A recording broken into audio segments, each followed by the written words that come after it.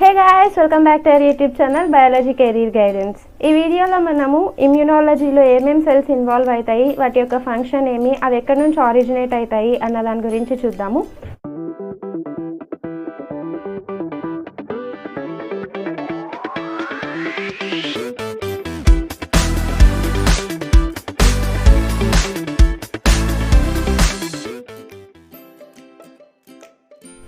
Mononuclear phagocytes. So ఇక్కడ నుంచి మనము మోనోన్యూక్లియర్ ఫాగోసైట్స్ గురించి చదువుదాము. సో మోనోన్యూక్లియర్ ఫాగోసైటిక్ సిస్టంలో మెయిన్గా 2 types ఆఫ్ సెల్స్ ఉంటాయి. ఒకటి వచ్చేసి మోనోసైట్స్, ఇంకొకటి వచ్చేసి macrophages. Correct. Granulocyte, monocyte, progenitor cell అన్నది ప్రోమోనోసైట్ని ఇస్తుంది అనమాట. So it will generate promonocyte. Promonocyte ఏం చేస్తుందంటే సర్క్యులేషన్లోకి ఎంటర్ అవుతుంది అనమాట. సర్క్యులేషన్లోకి ఎంటర్ అయ్యి అది దేనిగా కన్వర్ట్ అవుతుందంటే మెచ్యూర్ మోనోసైట్గా కన్వర్ట్ అవుతుంది. గ్రాన్యులోసైట్, మోనోసైట్, ప్రోజెనిటార్ దేనికి ఫామ్ చేస్తుంది? ప్రోమోనోసైట్ని ఫామ్ చేస్తుంది. ప్రోమోనోసైట్ దేనిగా కన్వర్ట్ అవుతుంది? బ్లడ్లోకి వచ్చి మెచ్యూర్ మోనోసైట్గా కన్వర్ట్ అవుతుంది. ఈ మెచ్యూర్ మోనోసైట్ బ్లడ్ స్ట్రీమ్లో 8 hours వరకు సర్క్యులేట్ అవుతుంది. సో ఇది బ్లడ్లో ఏం చేస్తుంది? ఊరికే తిరుగుతుంది అనమాట 8 hours. తిరిగేసిన తర్వాత అదేం చేస్తుందంటే ఇంకా అక్కడ బాగా ఎన్లార్జ్ అయిపోయి టిష్యూస్లోకి వెళ్ళిపోతుంది అనమాట. సో ఎప్పుడైతే ఈ మోనోసైట్ టిష్యూస్లోకి ఎంటర్ అవుతుందో దాన్ని మనం ఏమంటామంటే మ్యాక్రోఫేజ్ అంటాం అనమాట. బ్లడ్లో ఉంటే మోనోసైట్ అంటాం, టిష్యూలోకి పోతే మ్యాక్రోఫేజ్ అంటాం. ఓకే. సో ఈ మ్యాక్రోఫేజ్గా ఫామ్ అవ్వాలి అంటే దీనిలో ఈ మోనోసైట్లో చాలా చేంజెస్ జరుగుతాయి అనమాట. ఏమేమి చేంజెస్ జరుగుతాయి అంటే ఫస్ట్ అయితే సెల్ 5 to 10 times ఎన్లార్జ్ అవుతుంది. అంటే 5 to 10 times ఏమవుతుంది? అది బాగా ఇంక్రీజ్ అవుతుంది సైజ్లో. తర్వాత దాంట్లో ఉన్న ఇంట్రాసెల్యులార్ ఆర్గనెల్స్ యొక్క నంబర్ని, కాంప్లెక్సిటీని కూడా ఇంక్రీజ్ చేసుకుంటుంది. తర్వాత ఇది ఎప్పుడైతే మోనోసైట్ నుంచి మ్యాక్రోఫేజ్గా కన్వర్ట్ అవుతుందో అప్పుడు దీని యొక్క ప్యాథోజెనిక్ ఫాగోసైటిక్ ఎబిలిటీ అన్నది ఫర్దర్ చాలా ఇంక్రీజ్ అవుతుంది అనమాట. అంటే ఇది మోనోసైట్ నుంచి మ్యాక్రోఫేజ్గా కన్వర్ట్ అయినప్పుడు దీని ఫాగోసైటిక్ ఎబిలిటీ అన్నది ఫర్దర్ చాలా ఇంక్రీజ్ అవుతుంది. యాజ్ వెల్ యాజ్ దీంట్లో ఉండే హైడ్రోలైటిక్ ఎంజైమ్స్ నంబర్ కూడా ఏమవుతుందంటే చాలా ఇంక్రీజ్ అయిపోతుంది. తర్వాత ఇది ఏం చేస్తుందంటే మోనోసైట్ నుంచి మ్యాక్రోఫేజ్గా కన్వర్ట్ అయ్యేసరికి ఇది కొన్ని టైప్స్ ఆఫ్ సాల్యుబుల్ ఫ్యాక్టర్స్ని రిలీజ్ చేస్తుంది. ఓకే, దానికి కెపాసిటీ వస్తుంది. నెక్స్ట్, సో ఈ మ్యాక్రోఫేజెస్ ఎప్పుడైతే టిష్యూలోకి ఎంటర్ అవుతాయో అవి 2 typesగా డిఫరెన్షియేట్ అవుతాయి అనమాట. ఒకటి వచ్చేసి ఫిక్స్డ్ మ్యాక్రోఫేజెస్, ఇంకొకటి వచ్చేసి free or wandering macrophages. Fixed macrophages ఏం చేస్తాయంటే టిష్యూలోనే ఫిక్స్ అయిపోతాయి. అంటే అవి ఇంకక్కడ రెసిడెంట్ మ్యాక్రోఫేజెస్గా ఉండిపోతాయి. అంటే అక్కడ నుంచి ఇంకా బయటికి రావన్నమాట. ఫ్రీ ఆర్ వ్యాండరింగ్ మ్యాక్రోఫేజెస్ ఏం చేస్తాయంటే టిష్యూలో తిరుగుతూ ఉంటాయి అనమాట. సో ఏ విధంగా తిరుగుతాయి అంటే బై అమీబాయిడ్ మూమెంట్. సో ఇవేం చేస్తాయి? టిష్యూలో ఎదర్గా ఫిక్స్డ్గా ఉండొచ్చు లేదా ఫ్రీగా ఉండొచ్చు. ఫ్రీగా ఉంటే మూమెంట్ చూపిస్తాయి. ఏ మూమెంట్ అంటే అమీబాయిడ్ మూమెంట్. సో కొన్ని మైక్రోఫేజెస్ టిష్యూస్లో ఫిక్స్ అయి ఉంటాయి కదా, వాటి పేర్లు ఇవి చాలా ఇంపార్టెంట్. ఇవి ఏ టైప్ ఆఫ్ ఎంట్రన్స్ ఎగ్జామ్లో అయినా అడుగుతారు. ఓకే, లంగ్స్లో ఉంటే వాటిని మనం ఆల్వియోలార్ మ్యాక్రోఫేజెస్ అంటాం. ఆల్వియోలై అన్నవి ఎక్కడ ఉంటాయి? ఆల్వియోలై యూనిట్స్ ఎక్కడ ఉంటాయి? లంగ్స్లో ఉంటాయి. కాబట్టి ఈజీ టు రిమెంబర్.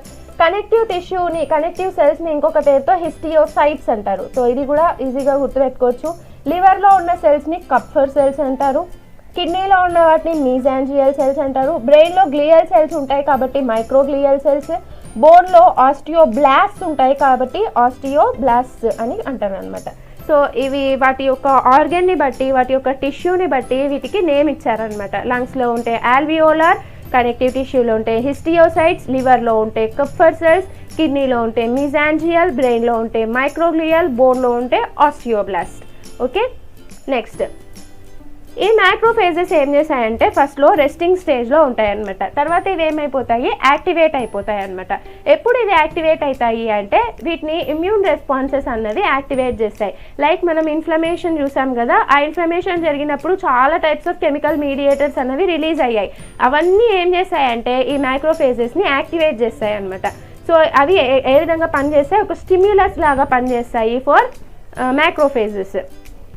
మ్యాక్రోఫేజెస్ తర్వాత దేనివల్ల యాక్టివేట్ అవుతుంది అంటే టీహెచ్ సెల్స్ సెక్రీట్ చేసే సైటోకైన్స్ వల్ల, by mediators of inflammatory response, by cell wall components of the microorganisms. Cell wall ఉంటుంది కదా మైక్రో ఆర్గానిజమ్స్కి, అది కూడా ఈ పర్టిక్యులర్ మ్యాక్రోఫేజెస్ని యాక్టివేట్ చేస్తుంది.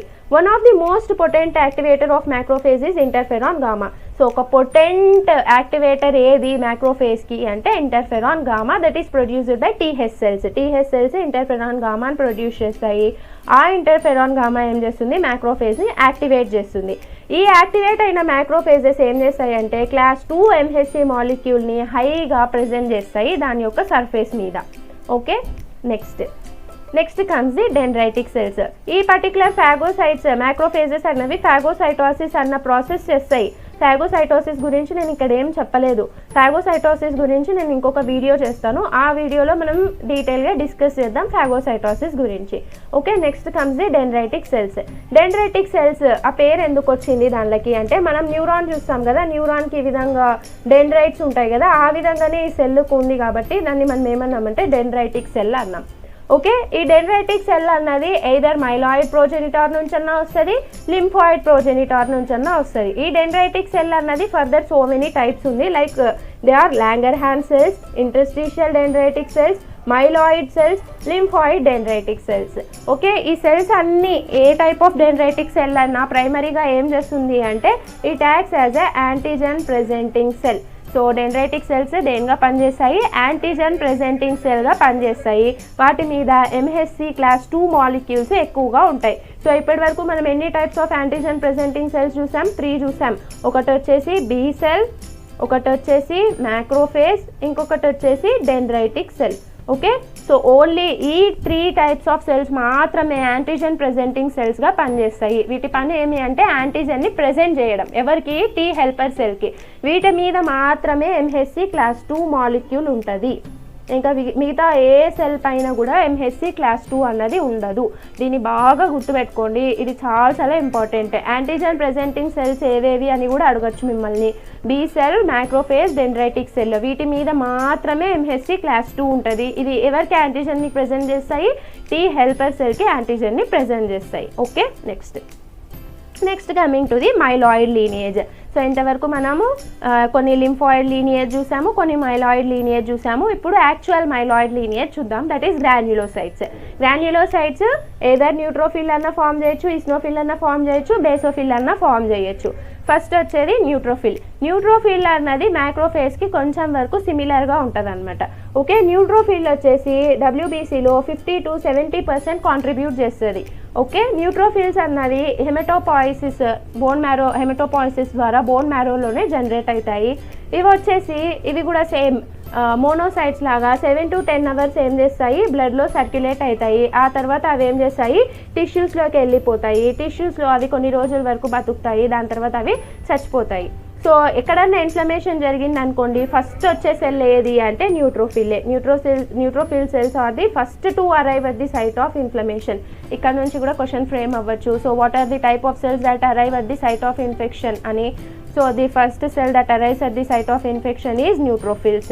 ఓకే, దెన్ ఇదేం చేస్తాయి, ఎప్పుడైతే మనకి ఇన్ఫెక్షన్ జనరేట్ అవుతుందో మన బాడీలో, అప్పుడు న్యూట్రోఫిల్స్ యొక్క కౌంట్ విగరస్గా ఇంక్రీజ్ అయిపోతుంది అనమాట. మన బాడీలో సర్క్యులేటింగ్ న్యూట్రోఫిల్స్ యొక్క కాన్సన్ట్రేషన్ చాలా ఇంక్రీజ్ అయిపోతుంది. ఆ పర్టికులర్ కండిషన్ని మనం ఏమంటామంటే ల్యూకోసైటోసిస్ అంటాం. ల్యూకోసైటోసిస్ జరిగింది మన బాడీలో అంటే మన బాడీ ఇన్ఫెక్షన్ని ఫైట్ ఆఫ్ చేస్తుంది అని అర్థం. ఓకే, న్యూట్రోఫిల్స్ అన్నవి ఇన్ఫ్లమేషన్లో ఇన్వాల్వ్ అవుతాయి కాబట్టి అవి ఏం చూపిస్తాయి, ఎక్స్ట్రా వ్యాసేషన్ చూపిస్తాయి. మనం ఆల్రెడీ ఇన్ఫ్లమేషన్ గురించి డిస్కస్ చేసేసాం. సో న్యూట్రోఫిల్స్ అన్నవి ఓన్లీ ఇన్ఫ్లమేషనే కాకోకుండా ఫాగోసైటోసిస్లో కూడా పార్టిసిపేట్ చేస్తాయి. So neutrophils are also phagocytic cells అనమాట. ఓకే, నెక్స్ట్ ఈయోస్నోఫిల్స్ అన్నవి ఓన్లీ 1 to 3% మాత్రమే ఉంటాయి WBCలో. అండ్ ఇవి వచ్చేసి న్యూట్రోఫిల్స్ లాగా ఫాగోసైటిక్ యాక్టివిటీ ఉంటుంది దీంట్లో.